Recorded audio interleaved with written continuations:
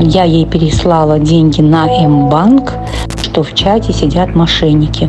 Телеграмда шылуундуктун дагы бир түрү пайда болду. Махабат Фарм Поиск аттуу телеграм тобуна дары издеп жазган. Жеке катка бир айым кайрылып, анда тиешелүү дары бар экенин айтып, акчанын жарымын М-банкка которууну сураган. Я ей написала, что вы пришлите препарат, я вам деньги отдам наличкой курьеру. Она говорит, нет, так не пойдет, половину суммы перекиньте, и я вам отправлю препарат. Махабаттын айтымында акча которулгандан кийин колдонуучу жазышууну толук өчүрүп, аккаунттун атын бир нече жолу өзгөрткөн. Ал бул алдамчылык тууралуу топтогуларга дароо эскерткен.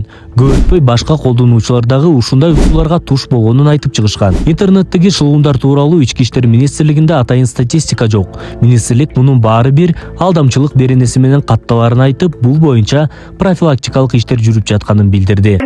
Сол боюнча катталып, канчасы боюнча иш жүрүп, канчасынын бети ачылды деген боюнча мындай статистика беришпейт да.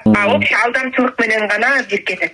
Алдамчылыктын бул түрү тууралуу М-банктын өкүлдөрүнөн комментарий алуу мүмкүн болгон жок. Ал эми шылуундардын аккаунттарын табуу кыйын.